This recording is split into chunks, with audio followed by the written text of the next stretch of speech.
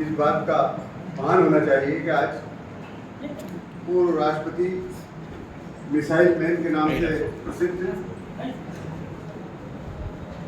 APJ Abdul कलाम साहब की जयंती हम मानव महाविद्यालय में इनोवेशन डे के रूप में मनाने जा रहे हैं। इसकी कार्यक्रम की रूपरेखा और इस कार्यक्रम के बारे विवरण के लिए हम डॉक्टर शुभकामना रक्ताले को आमंत्रित करें। उससे पहले मैडम से अनुरोध करते हैं कि वो माँ सरस्वती की प्रतिमा और डॉक्टर APJ अब्दुल कलाम जी के चित्र पर दीप दीपन कर कार्यक्रम का विधिवत शुभारंभ करें। या शुभ्रवस्त्रावृता या वीणा वरदण्ड मण्डितकरा या श्वेत पद्मासना या ब्रह्माच्युत शंकर प्रकृतिर्भेद देवै सदा वन्दिता सा मां पातु Saraswati Bhagwati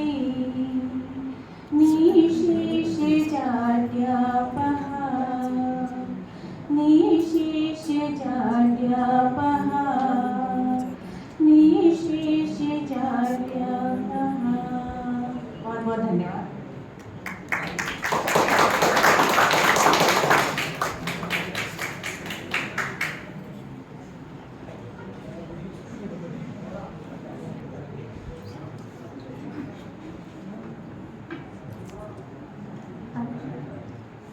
Hello, good afternoon everyone.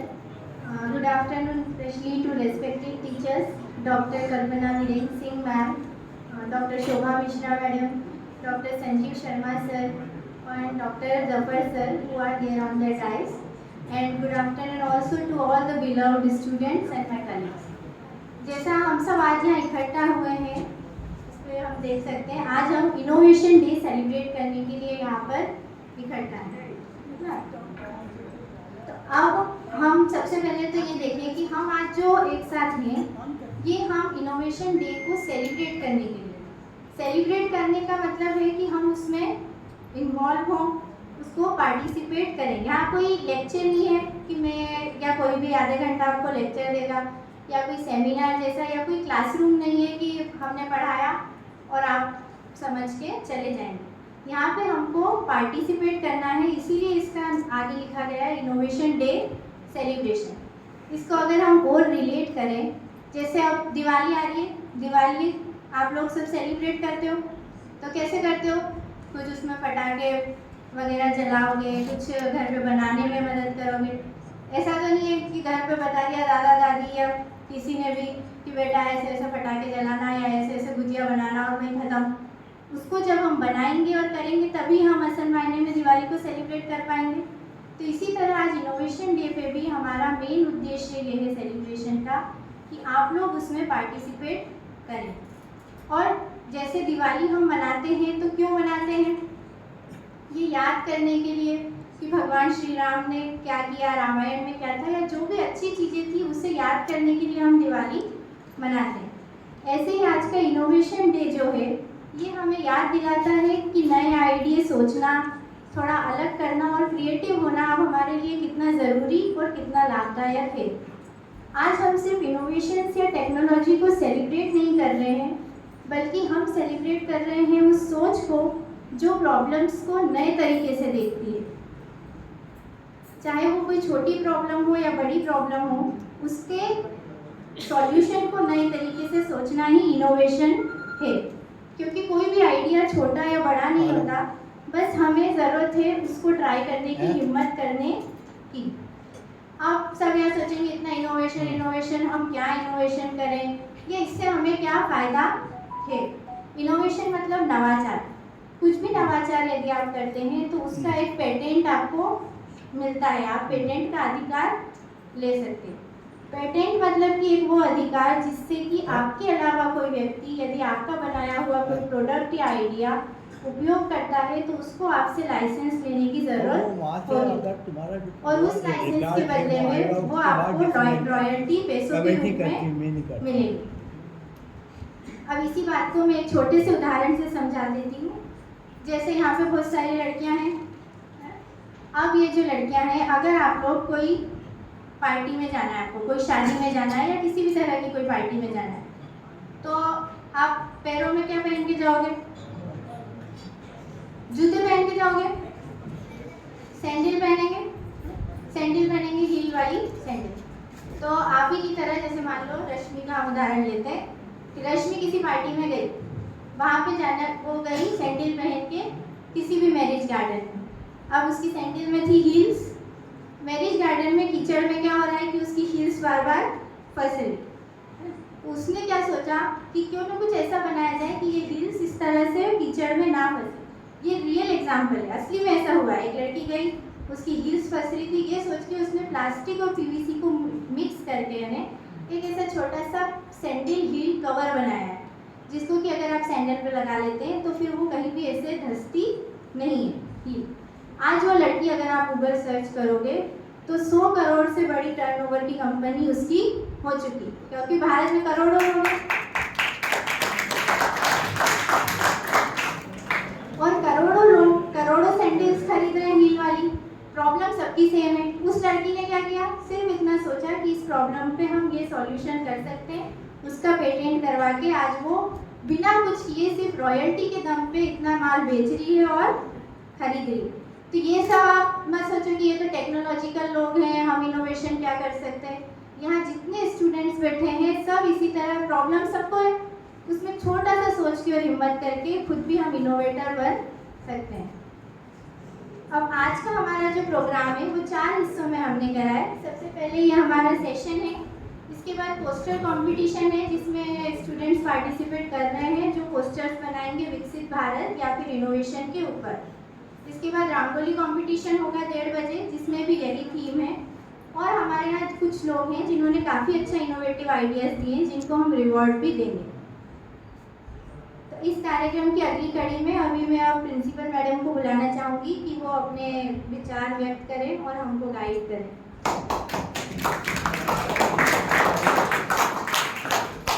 Respected Professor Sanjeev Sharma ji, Vice President, Institutional Innovation Council, Madhav College of Jain Chapter. Respected Dr. Zafar Mahmood, respected Shobha Mishra Madam, and respected Shubkamna Raktale ji, Convener, Institutional Innovation Council, Madhav College Chapter of Jain, faculty and dear students. आज का दिन, जिसको आप innovation day कह रहे हैं और innovation day celebrations की हम बात कर रहे हैं, बड़ा इंस्पिरेशनल दिन है। इंस्पिरेशनल क्यों है? बेसिकली आज हम मना रहे हैं डॉक्टर APJ कलाम की बर्थ एनिवर्सरी।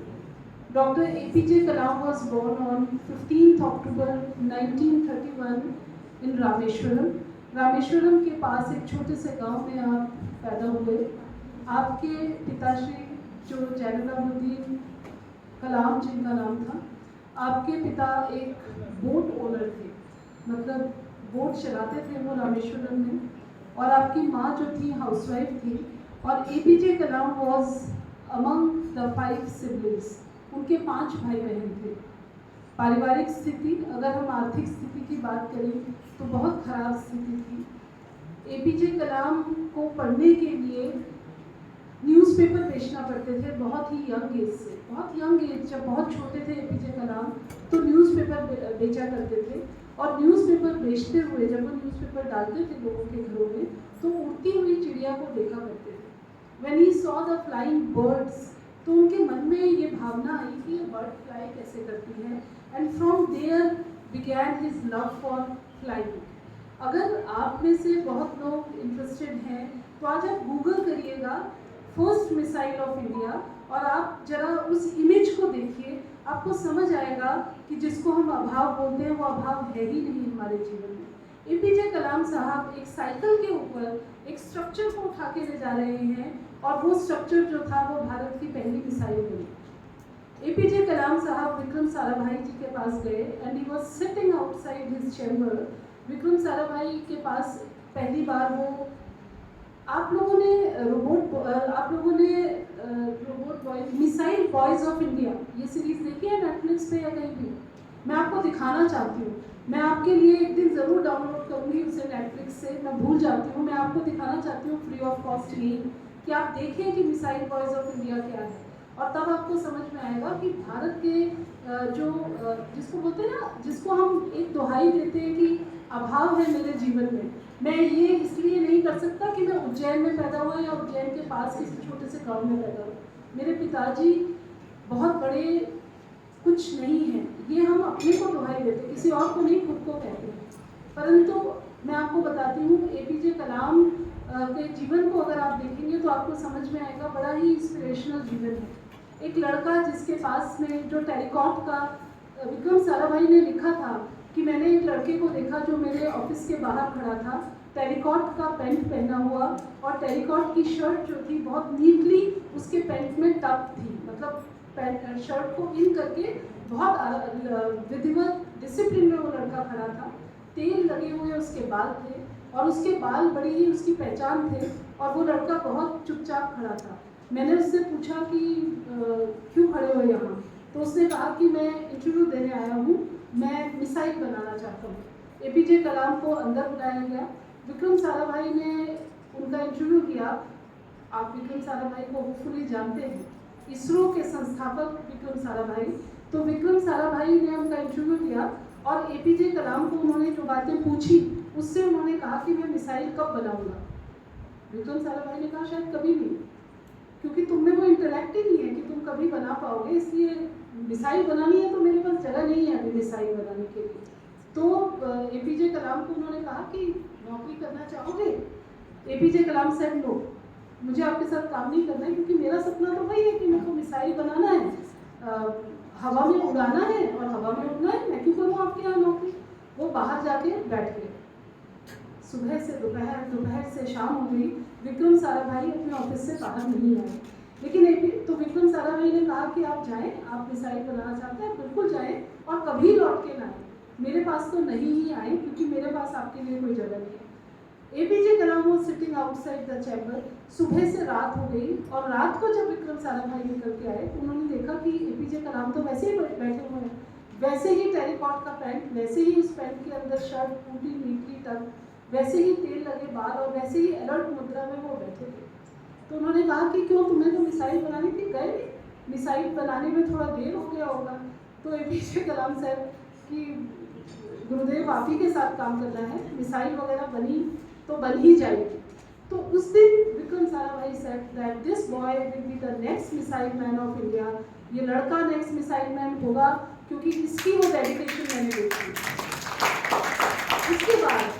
उसके बाद बहुत सारे क्षण ऐसे आए जब भारत के ऊपर बहुत सारे दोष लगे, विदेशी ताकतों ने बहुत दोष लगाए। विदेशी ताकतों ने, आपको याद होगा पोखरण का न्यूक्लियर मिसाइल टेस्ट, आप सब ने वो मूवी देखी होगी। उस फिल्म में वो जो एक सीन है जिसमें एपीजे अब्दुल कलाम हाथ बांधे खड़े हैं, प्रधानमंत्री माननीय अटल बिहारी वाजपेयी वहाँ खड़े हैं, और उसमें वो सीन आप सब ने देखा है, रोमांचक एक सीन है, और उसमें एपीजे अब्दुल कलाम के ऊपर इतना भरोसा प्रधानमंत्री माननीय वाजपेयी जी को कि वो उनसे एक ऐसी बात साझा करते हैं जो विदेशों को कानों कान खबर नहीं होती, और पोखरण में भारत इतिहास रच देता है। तो उस इतिहास रचने के पीछे जो एक लड़का था, गांव का लड़का एपीजे कलाम, जिसके पिता बोट चलाते थे, जिसकी माँ घर में मछली बनाकर खाने के लिए अपने बच्चों को देने के लिए स्ट्रगल करती थी, वो बच्चा भारत का मिसाइल मैन बना। और तब जब राष्ट्रपति के लिए चुनाव की बात आई तो उस लड़के के सामने किसी और का नाम टिक ही नहीं पाया, कोई और नाम था ही नहीं जो एपीजे अब्दुल कलाम की जगह होता। तो ये थे एपीजे अब्दुल कलाम। और आज जो हम इनोवेशन डे मना रहे हैं, ये हम श्रद्धांजलि दे रहे हैं भारत के ऐसे वीरता केवल सेना में नहीं होती, वीरता केवल उसमें दिखाई नहीं जाती। आपको पता है एपीजे कलाम जब भारत के राष्ट्रपति बने तो राष्ट्रपति बनने पर वो तीनों सेनाओं के प्रमुख भी हुए, क्योंकि जो राष्ट्रपति होता है वो तीनों सेनाओं का प्रमुख होता है। तो उन्होंने हमारे एयर वाइस चीफ मार्शल को कहा कि मैं ये उड़ाना चाहता हूँ, प्लेन उड़ाना चाहता हूँ, मेरा सपना था पर मैं कभी उड़ा नहीं पाया। मिसाइल तो मैंने बनाई पर मैं कभी प्लेन नहीं उड़ा सका, क्या मैं उड़ा सकता हूँ?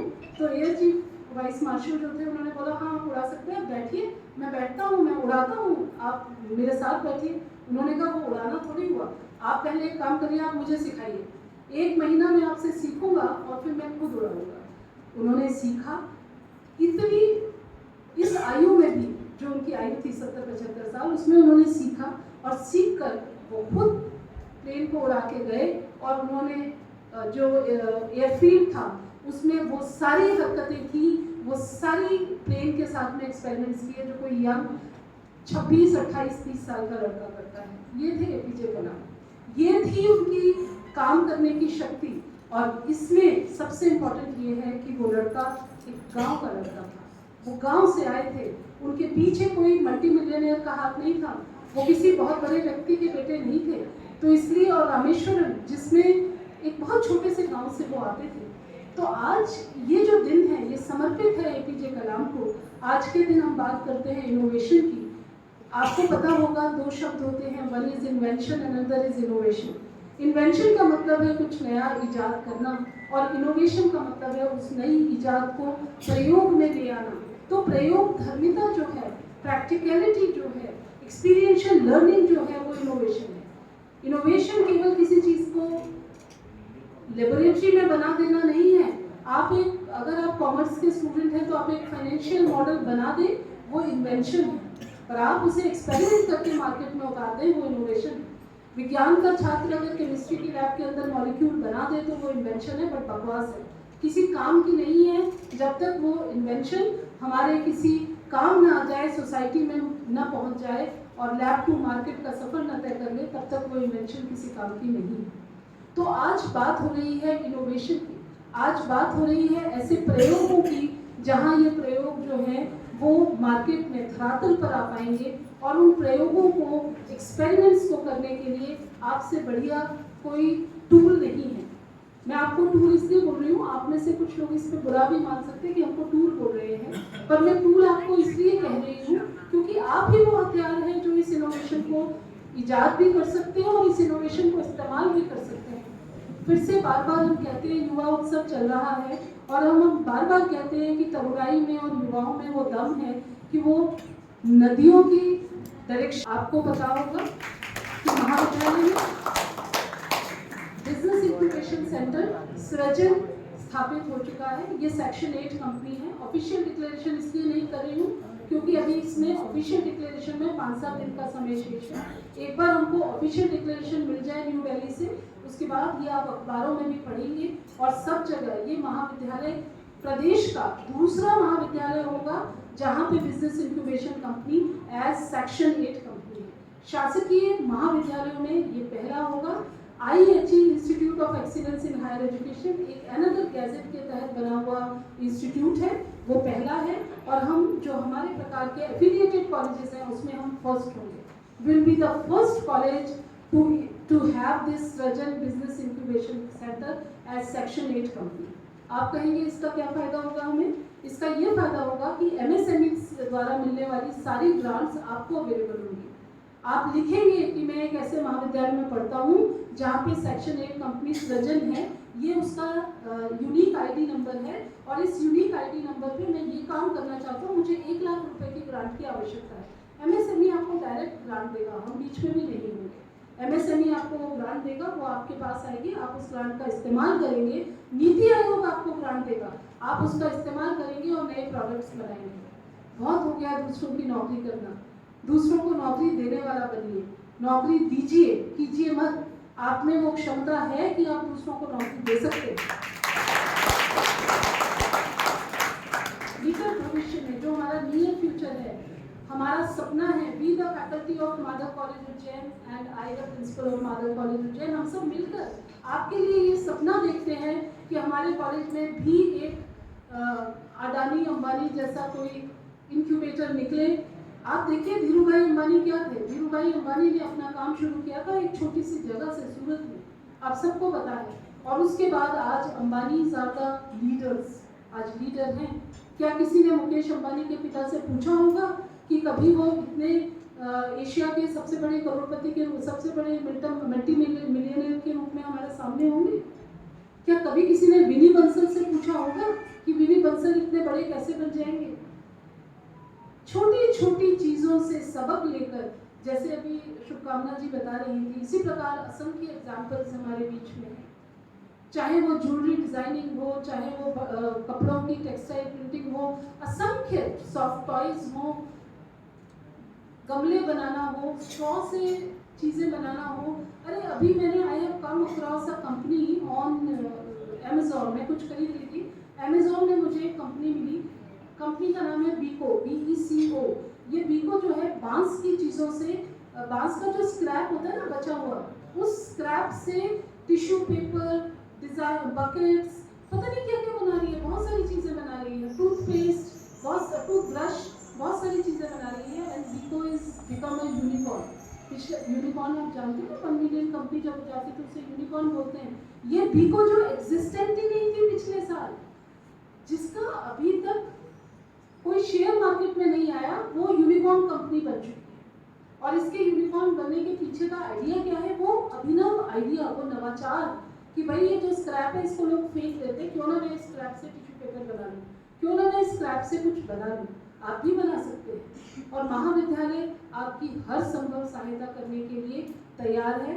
आपका आइडिया जो आपको लगता हो कि बेकार है, पर आप उस आइडिया को लेकर हमारे पास आइए। हमारे जो विद्वत प्राध्यापक हैं, ये प्राध्यापक आपको हेल्प करेंगे। और आइडिया किसी विषय का मोहताज नहीं होता, केवल विज्ञान के छात्रों के दिमाग में आइडिया है ऐसा नहीं होता। आइडिया किसी के भी दिमाग में आता है। आइडिया विचार है जो कॉमर्स में हो सकता है, ह्यूमैनिटीज में हो सकता है, ललित कलाओं में हो सकता है, विज्ञान में हो सकता है, किसी में भी हो सकता है।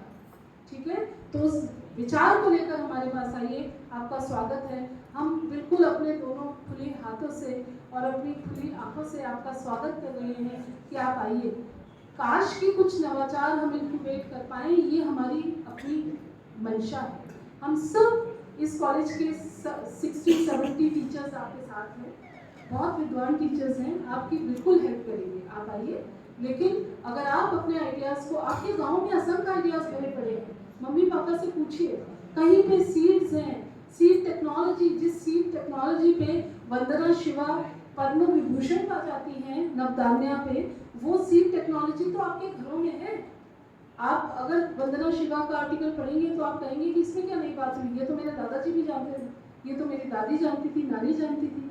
तो ऐसी टेक्नोलॉजी को जिसको कि पुरस्कृत किया जा रहा है, अभी आपको पता है एक पद्मश्री है, वो कुछ नहीं करते, वो कुछ नहीं करते इन द सेंस बहुत कुछ करते हैं, पर वो अपनी जमीन में केवल 9 टाइप के सीड्स को ग्रो करते हैं, 9 क्रॉप्स को ग्रो करते हैं। पहले एक क्रॉप को लेते हैं, उसके बाद दूसरी क्रॉप को लेते हैं, पर एक साइकिल है, उस साइकिल में क्रॉप को ग्रो करते हैं। आपको शायद ये जानकर आश्चर्य होगा कि कोई भी 9 क्रॉप्स नहीं ले पाता है। आप में से बहुत सारे लोग एग्रीकल्चर फैमिलीज से आते हैं। कितनी क्रॉप्स लेते हैं आपके घरों में? कितनी फसलें लेते हैं आपके घरों में?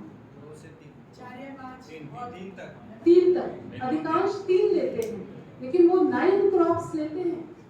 9 क्रॉप्स और शॉर्ट टर्म कैश क्रॉप्स। मैं आपको एक ऑनलाइन लेक्चर उनका करवाऊंगी, जरूर सुनिए। मैंने जब सुना था तो मेरा तो जिसको बोलते हैं कि इतना रोमांचित करने वाला था कि मेरे को गूज़बम्स आने लगे कि अरे वाह, ये क्या कह रहे हैं, 9 क्रॉप्स ले रहे हैं वो उस जमीन में। और वो 9 क्रॉप्स जब वो सेल आउट करते हैं तो केवल तो जो बड़ी बड़ी नौकरियां जिनके आप सपने देखते हैं ना कि मैं UPSC दे रहा हूँ, मैं कलेक्टर बन रहा हूँ, मैं कमिश्नर बन रहा हूँ, वो कहीं नहीं लगते हैं कलेक्टर कमिश्नर उनके आगे। वो जो 9 क्रॉप्स का उनका मुद्दा है, इसको वो 9 फसल कुछ कहते हैं जो नाम है, आपसे उनको बात करवाएंगे। कहने का मतलब ऐसा है कि नवाचार केवल कुछ लेबोरेटरीज में नहीं होता। तो आज हम ऐसे मिसाइल मैन को, जो हमारे APJ कलाम हैं, उनको हम श्रद्धांजलि दें। APJ कलाम को उनके बर्थ एनिवर्सरी पे श्रद्धांजलि देते हुए ये कसम खाएं कि whatever innovation we can do, we must try to do that innovation. और इनोवेशन के लिए एक ऑप्टिमम सीरियसनेस हमें आनी पड़ेगी। अनूठी बातें APJ अब्दुल कलाम के जीवन की बताई, उसके साथ माधव महाविद्यालय में नवाचार के लिए आपको आमंत्रित किया है। मैडम ने बताया कि IPSC सेल में एक रजिस्टर रखा जाएगा जहां पर हमारे बच्चे अपने आइडियाज उसमें अंकित करेंगे उन आइडियाज़ का यहाँ पे विशेषज्ञों द्वारा देखा जाएगा और उन पर अमल किया जाएगा। उनको आगे बढ़ाने की सारी कार्रवाइयाँ महाविद्यालय की तरफ से की जाएंगी। यानी मैडम ने जो कुछ भी आपको बताया है वह आपके जीवन के आगामी जीवन के लिए बेहद फायदेमंद है ना। तो मैडम की इन बातों के लिए जोरदार तालियों के साथ स्वागत करिए। अब हमारी जो इस कार्यक्रम की संयोजक है शुभकामना रक्तालय अपना पीपीटी प्रस्तुत करने जा रही है।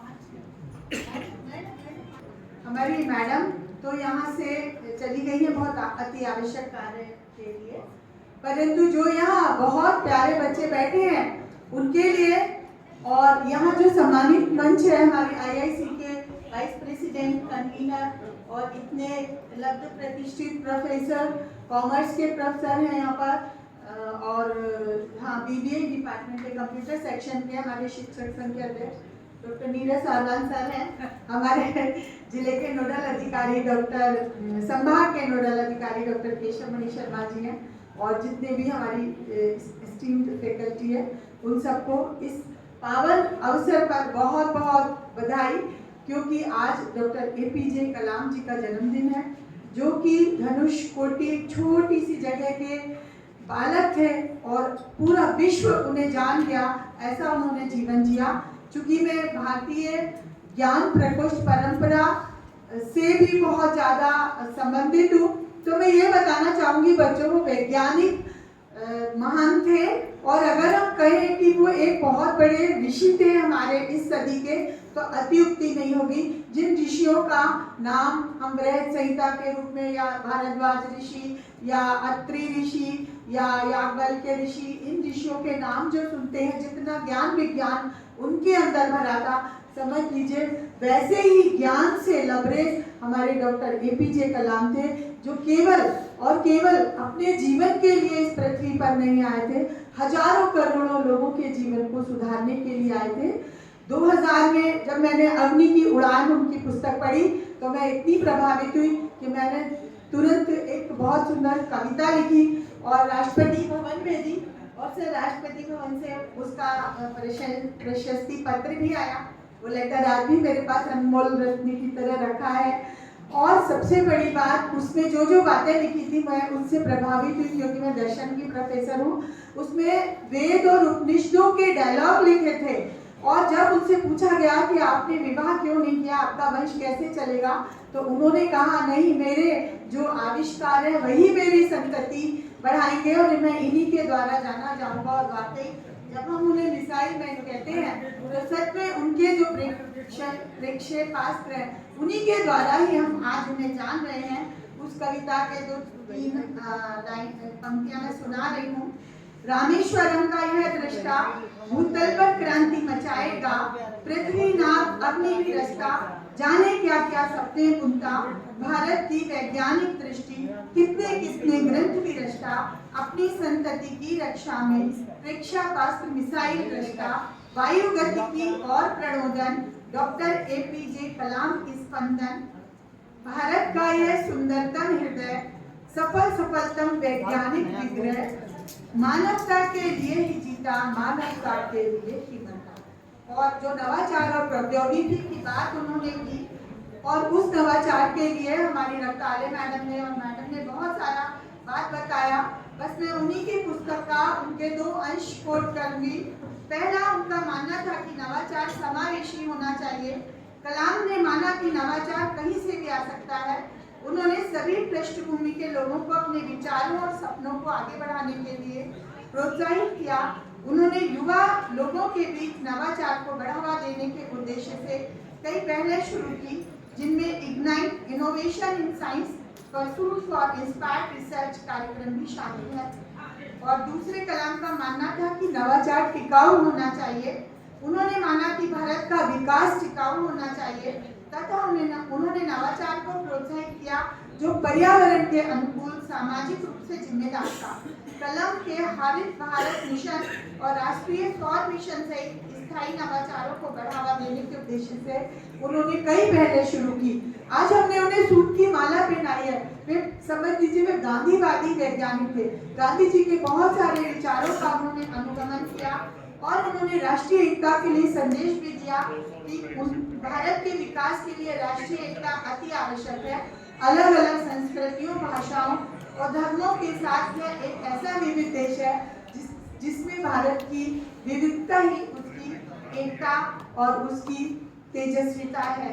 तो डॉक्टर ये हमारी नीलिमा वर्मा मैडम बैठी हैं। जब यहाँ तारामंडल को समर्पित किया गया था तब डॉक्टर APJ कलाम आए थे। हमने उनसे मुलाकात भी की थी। डॉक्टर वर्मा मैडम के हस्बैंड वर्मा सर वहाँ बहुत मेन लीड में थे और उज्जैन के लोगों ने उन्हें डायरेक्ट देखा था APJ कलाम जी को। बहुत सारे लोग उस क्षण के साक्षी थे। आज उनके जन्म दिवस को हम एक युवा शक्ति के लिए प्रेरणा दिवस के रूप में मना रहे हैं, इनोवेशन डे के रूप में मना रहे हैं। इसके लिए भारत सरकार का बहुत बहुत धन्यवाद और आप सभी को भी बहुत बहुत धन्यवाद।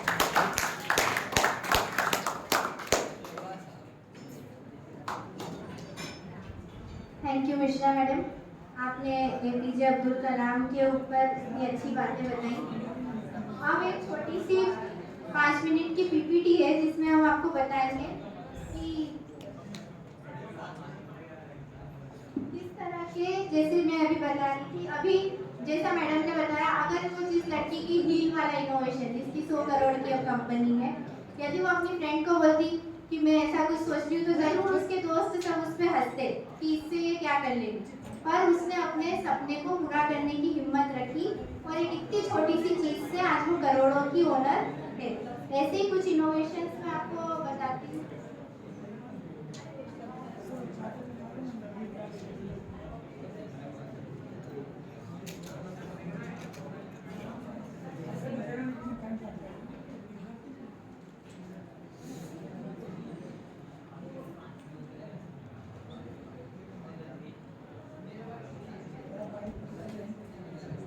पीछे 2 मिनट बात मत करो, आप सब इधर। चलिए, सबसे पहले तो आज हम इनोवेशन डे मना रहे हैं on the birth anniversary of doctor APJ Abdul Kalam, जो कि होता है 15 अक्टूबर 2025 को आज हम सेलिब्रेट कर रहे हैं। डॉक्टर APJ अब्दुल कलाम तो हम सब जानते हैं, पर यहाँ कोई ऐसा स्टूडेंट है जो APJ का पूरा फॉर्म बता सकता हो? फुल फॉर्म क्या है? हमारे प्रेसिडेंट के बारे में इतना, उनका पूरा नाम है अबुल पाकीर जैनुलब्दीन अब्दुल कलाम। ये क्वेश्चन एक बार KBC में भी आया था कि APJ का फुल फॉर्म APJ अब्दुल कलाम क्या है। उनका जन्म हुआ था 15 अक्टूबर 1931 में रामेश्वरम में। ये हम सबको पता है कि उन्हें मिसाइल मैन के नाम से जाना जाता है क्योंकि उन्होंने पहली मिसाइल लॉन्च करी थी।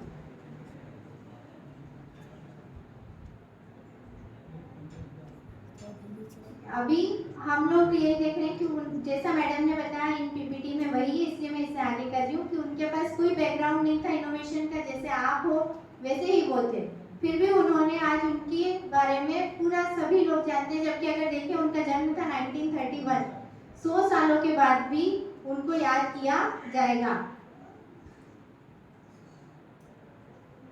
इसलिए अब मैं ये वही चीजें हटाते हुए सिर्फ उनका एक बहुत अच्छा कोट है वो बता रही हूँ। सबसे नीचे लिखा हुआ है, you have to dream before your dreams come true. सपना पूरा करने के लिए सबसे जरूरी है कि आप सपना देखें। अब मैं वो इनोवेशंस बता रही हूँ जो हमें सोच के लगता है कि इसमें क्या होता होगा, पर ये लोग इन इनोवेशन को पेटेंट कराकर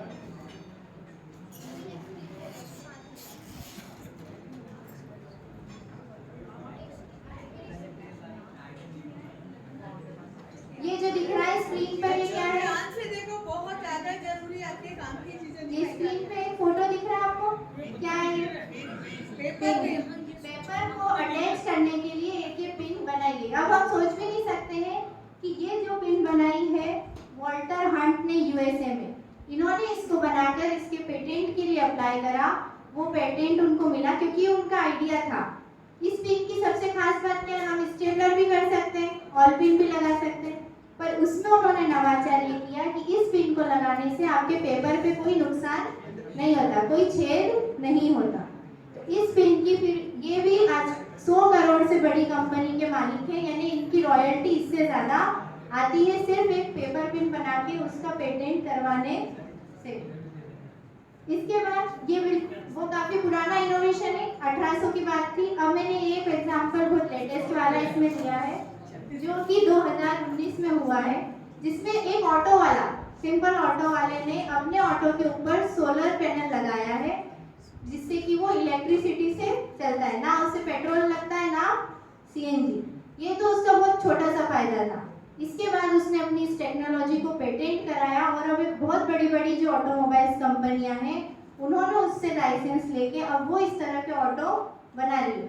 यानी अब उस ऑटो वाले को कुछ नहीं करना है, अब उसे वो ऑटो भी ये सोलर पैनल वाला चलाना नहीं है।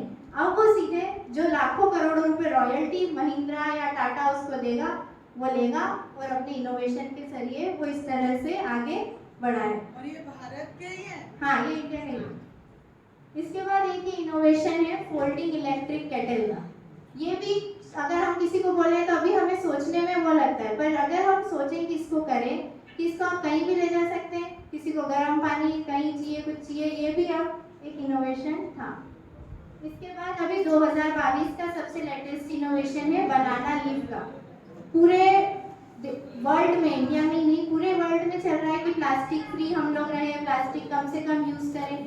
तो प्लास्टिक फ्री रहे तो यूज क्या करें, इसके लिए एक व्यक्ति ने, ये भी इंडिया की लड़की है अंजलि राव ने बनाना लीफ पे, ए पीछे बेटा सुनो बेटा, नरेंद्र और पीछे सारे आवाज पास है तो इनको काफी इसका फायदा मिला। सिर्फ उसने सोचा कि प्लास्टिक की जगह हम क्या यूज कर सकते हैं, तो उसने केले की पत्ती का यूज किया और केले की पत्ती पे वो एक ऑयल की कुछ कोटिंग करती है जिससे कि वो वाटरप्रूफ हो जाता है। इस तरह से इसने भी इनोवेशन करके इसे पेटेंट करवाया है। ये लास्ट एक एग्जांपल मैंने लिया है, ये है पोर्टेबल मॉस्किटो रेपेलेंट फैन। आजकल मच्छर हम सबको पता है बहुत ज़्यादा एडवांस है, तो पंखे से भी वो जाते नहीं है। तो एक व्यक्ति ने ये बनाया है, इसके अंदर वो एक लाइट और एक ऑर्गेनिक कुछ सॉल्यूशन होता है जिससे इस फैन को आप कहीं पिकनिक मनाने जा रहे हैं या कहीं छत पे भी अपने घर के बैठे हैं वो लगा लेंगे तो आपको हवा के साथ साथ मच्छरों से भी छुटकारा मिलेगा। ये सब आइडिया सिर्फ इसलिए थे ताकि आपको बताया जा सके कि इनोवेशन करने के लिए आपको कोई बहुत शिक्षित या बहुत ज़्यादा पैसे या किसी चीज़ की ज़रूरत नहीं है। ज़रूरत है सिर्फ एक प्रॉब्लम की जो हमारी लाइफ में बहुत सारी, और उस पर एक नए तरीके से सोच के सॉल्यूशन की। तो आज का हमारा इनोवेशन डे का प्रोग्राम बस इसी पे है, इस उम्मीद के साथ कि आप लोग आगे कुछ अपने अच्छे इनोवेटिव प्रोग्राम और आइडियाज लेकर आएंगे और हम उसमें आपकी मदद करेंगे। और अभी चूंकि हमारे यहाँ रिसेंटली एक अमीना बटिक प्रिंटिंग पे एक जो 21 दिन की वर्कशॉप हुई थी, उसमें से 3 बच्चे MSME में सिलेक्ट हुए हैं, उन्हें रजिस्ट्रेशन कर लिया है।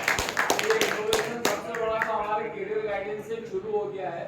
वो 3 बच्चे जो MSME में रजिस्टर्ड हुए हैं और उसके अतिरिक्त धीरे धीरे आप देखेंगे कि बटिक प्रिंटिंग में हमारे कई विद्यार्थी जो हैं और जो क्ले के जो हैं उसमें से भी कई बच्चे MSME की तरफ बढ़ रहे हैं। तो आप सब वर्ल्ड इनोवेशन डे पे आप सब लोग यहाँ आए, इसके लिए पूरा सेल आपका हृदय से आभारी। धन्यवाद।